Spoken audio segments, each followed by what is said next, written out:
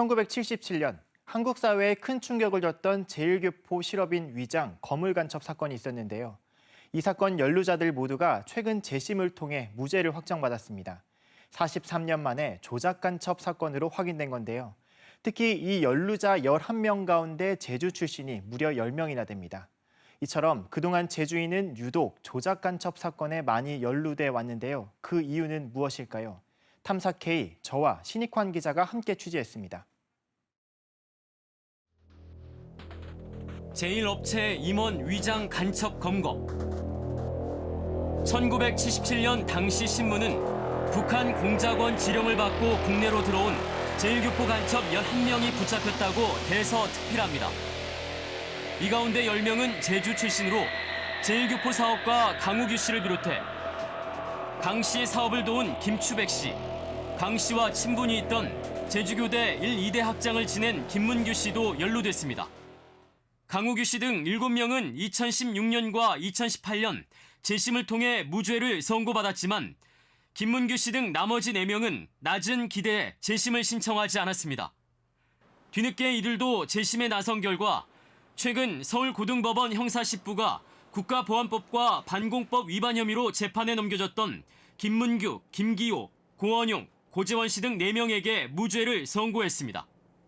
재판부는 당시 이들이 영장도 없이 강제 연행돼 불법 구금된 상태로 고문을 당하면서 공소 사실을 자백한 것으로 볼 수 있다며 이들에 대한 피의자 신문 조서는 증거 능력이 없다고 판결했습니다. 위법 수사에 의해서 이제 마련된 증거를 가지고 처벌을 했던 거거든요.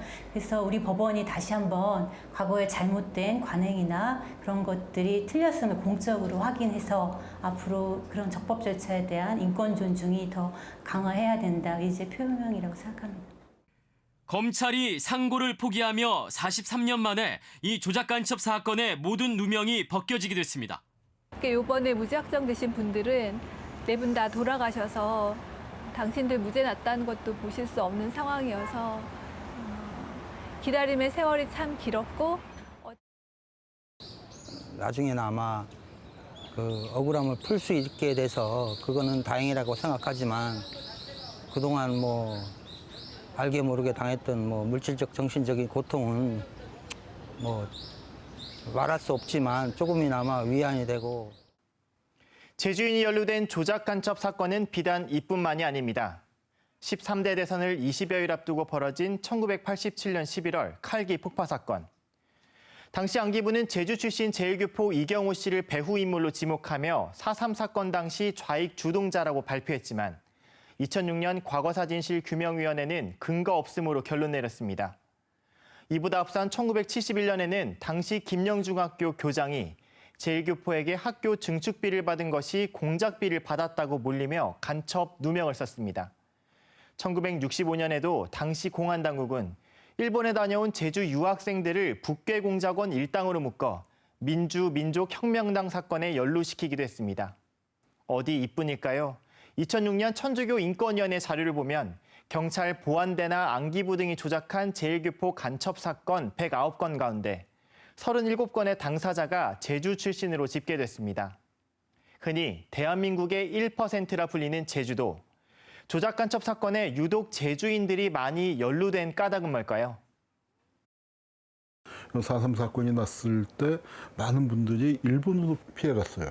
그리고 거기서 4.3 경력 있지, 그다음에 동포사회란 조총련 그 관련자들 많죠.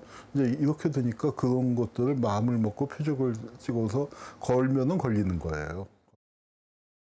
4.3 사건은 공산 폭동이라고 오랫동안 군사 독재 정권에서는 규정해왔죠. 그러니까 정권의 입장에서는 뭔가 대중들에게 뜬금없이 조작 간첩을 만들 수는 없고 뭔가 그럴듯한 설득력 있는 조금이라도 설득력 있는 그런 모양새를 만들어야 되기 때문에 제주 사람들이 타겟이 됐다.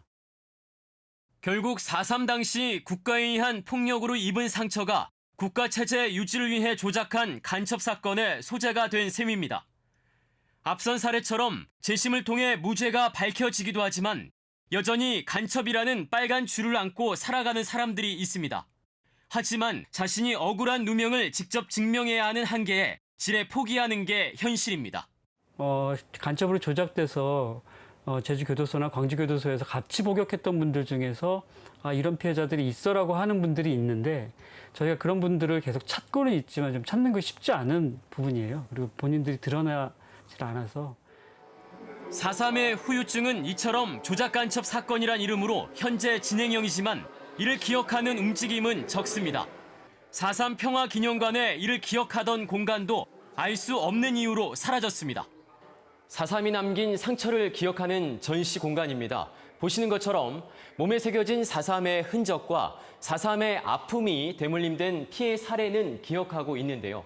하지만 소위 빨갱이로 낙인 찍혀 행해진 조작간첩 사건은 3년 전 리모델링 과정에서 빠졌습니다. 대신 4.3을 극복한 도민의 역사가 그 자리를 채우고 있습니다. 트라우마로 남은 4.3의 후유증을 기억하고 치유하지 않는 한 제주 4.3은 과거에 머물 뿐입니다. 조작간첩 사건이 터졌을 때는 신문의 일면 탑으로 대문짝만하게 실렸는데 무죄 판결 받은 것에 대해서는 단 한 줄도 실리지 않는다. 이거는 너무 공정하지 못한 거다. 기억되지 않은 역사는 반복된다. 간첩으로 몰려 희생된 사람들은 우리가 함께 기억해 주길 바랍니다.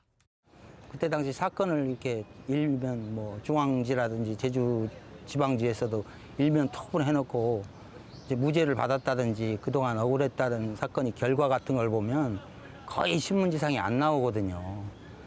그러면 그동안 당했던 가족들이 그 억울함이라든지 그런 거를 풀 수 있는 그런 방법들이 적고. 그런 고통이 그냥 역사의 한 페이지에 있었던 단순한 고통이 아니라 지금 누군가는 굉장히 아파한다는 것을 같이 기억해 주시고 이런 일이 일어나지 않도록 같이 연대해 주시고 그런 것들이 다는 아니더라도 피해자들의 아픔을 치유할 수 있는 그런 길이라고 생각합니다. 탐사 K입니다.